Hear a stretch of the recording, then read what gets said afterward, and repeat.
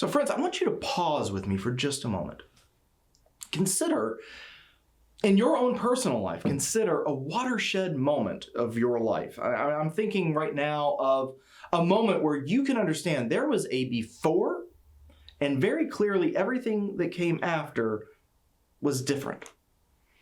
I've been close, for example, to several alcoholics and addicts in my life who talk of a pre-recovery time in their lives and then one that is in recovery, who speak of it with joy and transformation, who understand that something took place in their lives, something often terrible, but that brought great things about.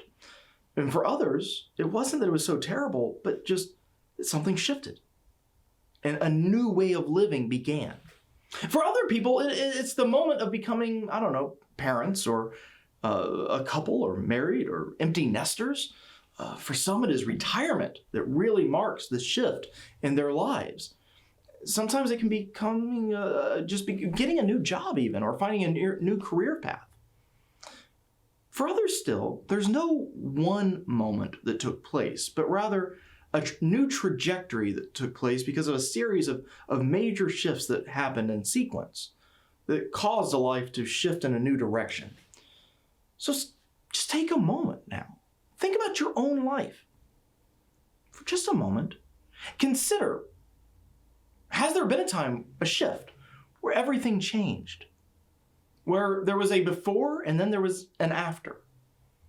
Perhaps you're still waiting for that moment to come. Regardless of whether or not you're waiting or you can name it easily, I do believe that these moments happen in our lives where things do shift, if only we can pay attention to them. In some ways, the story that we're hearing today is a lesson of exactly that. Learning to pay attention and see, learning to respond, and learning to live in the new reality. There's a pastor down in Charlotte, North Carolina. He's at Myers Park Methodist Church, Jim Howell. And this pastor, he's a phenomenal guy, a marvelous preacher. And he once said about this story that we're going to be hearing today about Epiphany, about the three wise men. He said, God is determined to be found and will use any and all means, even tomfoolery, Jim says, like astrology, to reach out to people who are open. Now, right here in what Jim is saying, I think there's something so fascinating going on. First of all, he acknowledges we have to be open in order to see what God is up to. But God is willing to reach out to us in any ways that actually spark or touch something personally for each of us. It could be each of us as a community or as individuals. But regardless, I love what he says, that God is determined to be found. And today's story, I think, is a big part of that. You see, these wise men show up from the east, way out in the distant east. They show up in Jerusalem asking, where is he? They come to the courts of King Herod saying, where is he? The one to replace you, Herod. I think we need to stop for a moment and remember, King Herod was one of the all-time great narcissists of history. Imagine this man is in his own buffoonery, ruling over a court and ruling it for a long time, but being completely and unwilling to give up power at all, willing to do basically anything, including, as we will learn in later on in chapter 2, wiping out all the toddlers in the area in order to try to make sure that his reign will not be upended by anyone, especially this newfound baby that these wise men come talking about. Well, the wise men show up and they cause a sensation around the court. We'll hear about that in the story itself, but they come asking, where is he? They have searched, they have looked, they have read. They've come from out of nowhere to ask a question no one else is asking. And they depart, possibly being the only ones that have been changed by this miraculous event. And this is the three wise men, this is their before and after moment. They have read and they have studied, they have seen the signs. They've traveled a long way. And when they meet this one that they've been looking for, They pay homage. They kneel down. They offer gifts. They literally fall to their knees. You know, every year we tell the story of Jesus over and over again, each and every year. And it's one befuddled, mixed up story coming from our trying to make sense of the two different gospel stories of Jesus' birth and mix them together so it makes sense. We're trying to merge all those pieces together. But the fact is, Luke and Matthew are telling extremely different stories. And they do it for very different reasons. Now, Luke's story takes place, I would say, at least a decade after the one in Matthew's version. And I mean, the fact is, there's no way for Matthew's version, in terms of history, to take place and for Luke's version to take place. Because each names historical figures who are not on the same scene at the same time. So Luke's story takes place, I think, about a decade later at least, after Matthew, and leaves out King Herod completely. The wise men don't show up. Their presence don't show up. Matthew, on the other hand, sets the whole story in Herod's lifetime. Herod dies in 4 BC. So if we are to believe in this Christmas star kind of idea that's out there, or for those who've been talking about it this year, the Great Conjunction, then Jesus could have been born as early as 7 BC. Still very much in the lifetime of King Herod, still rocking and rolling and being a part of this whole thing, and the wise men showing up. All of that could have been taking place in the way that Matthew is telling it, just not in the way that Luke is. Okay, we have to choose either one to a degree. But none of that matters, to be honest, by itself. It's mostly just cool to think about whether or not there was a Christmas star, what that means historically, when the date might have been, does it line up with King Herod? These are great things to think about, but I don't think it's as important as what Matthew's trying to tell through the story. What does matter most is why Matthew tells a story about being at a different time than Luke, and with such different details, completely different characters. So Matthew's church, just to kind of get some context here, is north of ancient Israel, in present-day Syria, and it's taking place all after Rome has destroyed the temple in Jerusalem, and during a time where fewer and fewer Jewish people are becoming, quote-unquote, followers of the way, early Christians. In fact, most of the new Christians, at least where Matthew's church is, they're all Gentiles. They're all outsiders. And people who didn't have as much connection, with the old traditions of the temple or the synagogues. And they were being drawn to this story of this new Messiah, this story of a baby who would grow to be a man who would live this seemingly perfect life, one that inspired others, and who preached and practiced love to such a degree that he became an enemy of the state. This really drew a lot of these outsiders, these Gentiles. And Matthew's version shows how God is work even in and through the outsider. Now, the story of the wise men, the story of Epiphany, is Matthew's way of saying that God has used whatever it took, really, to call to these outsiders, to bring them alongside. And frankly, I think the same holds for you and for me. God is willing to use whatever it takes to wake us up, to get us to see where God is at work, and to call us alongside of what God is doing in the world. So let's listen to this story together. And just for today, just for this moment, let's try to hear it without all the Christmassy overtones that we're used to. Instead of placing it within the larger story of what Luke is doing, let's just hear it for its own sake, of what Matthew is trying to say about God calling to the outsider, and that the outsiders are the one who witness this birth first.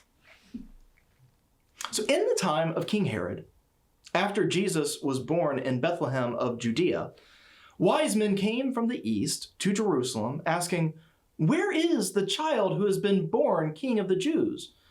For we have observed his star at its rising and have come to pay him homage." When King Herod heard this, he was frightened, and all Jerusalem with him. And calling together all the chief priests and the scribes of the people, he inquired of them where the Messiah was to be born. They told him, "In Bethlehem of Judea, for so it has been written by the prophet. And you, Bethlehem, in the land of Judah are by no means last among the rulers of Judah. For from you shall come a ruler who is to shepherd my people Israel." Then Herod secretly called for the wise men and learned from them the exact time when the star had appeared. Then he sent them to Bethlehem, saying, "Go and search diligently for the child, and when you have found him, bring me word so that I may also go and pay him homage." When they had heard the king, they set out, and there ahead of them went the star that they had seen at its rising, until it stopped over the place where the child was. When they saw that the star had stopped, they were overwhelmed with joy. On entering the house, they saw the child with Mary, his mother, and they knelt down and paid him homage. Then, opening their treasure chests, they offered him gifts of gold, frankincense, and myrrh. And having been warned in a dream not to return to Herod, they left for their own country by another road. So life would never be the same. Life would never be the same for these three. They had been drawn by forces they could scarcely understand, and they have shared their gifts with a child who has been promised to have a future for all people. That moment is a watershed in their lives, in all of history, one might add. So they go back, albeit by another way. The story gives good reason too, right?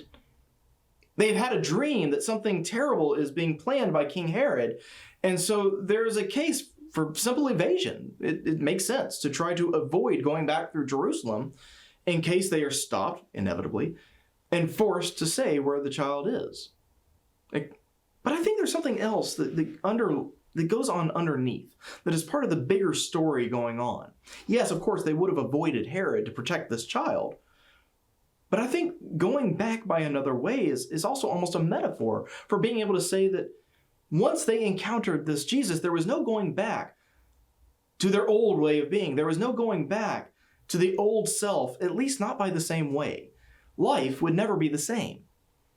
So they disobey one ruler for the one that they came to see. They go home by another way, and it's a sign that one way of being, one age has come to an end. Something new has begun. And when we think of watershed moments, then, a lot of us remember what things were, past tense. For better or for worse, we remember what was, while completely understanding that something has shifted now. Something in the way that we live from that point forward is simply different. And like it or not, 2020 is likely going to be a watershed moment in pretty much all of our lives. For many in our world, at least in our culture, what comes towards us seems at the moment, at least, to be all doom and gloom. I think a sign, however, in this story is that it doesn't have to be. Matthew writes within just a couple of decades of the temple, the sign of God's presence on earth being utterly destroyed, and of Jewish life fundamentally changing, one that has ripple effects that are even felt today in the way that an entire people worship their God. And one thing that comes, out of this entire, life-changing, culture-changing event of the destruction of the temple is a new way of thinking, a new way of seeing, a new way of believing. These wise men are a sign of seeing something and seeing something new that is taking place in the world, of responding to God, doing something just profoundly new. Not only that, but when we come face to face with this holy child, they have now dropped to their knees. They have paid respect. They've given generous gifts out of their gratitude. Every single holy moment, every encounter that we have, every one of them leaves a mark on us. It changes us. It transforms us. These moments can be as simple as hearing a beloved hymn or a worship song in a new way. One that shifts forever the way that we think about our relationship with God. It can be moments that catch us off guard like that. It can be in the sharing a part of our own lives with others in a small group. Of being all of a sudden, or in a new way, being able to admit or talk about who you are with abandon to other people that you trust. It can also be made in the connection that takes place that's made in acts of service, of caring for other people. Any of these are ways in which we can recognize that God is up to something that changes us. God shows up in all sorts of different ways to interrupt and to change our everyday lives. The question I pose to you then is, how will you respond? How will you see what God is up to? The next time a potentially life-changing moment happens, the next watershed that comes along, will you mark it? Will you see it? And how will you respond?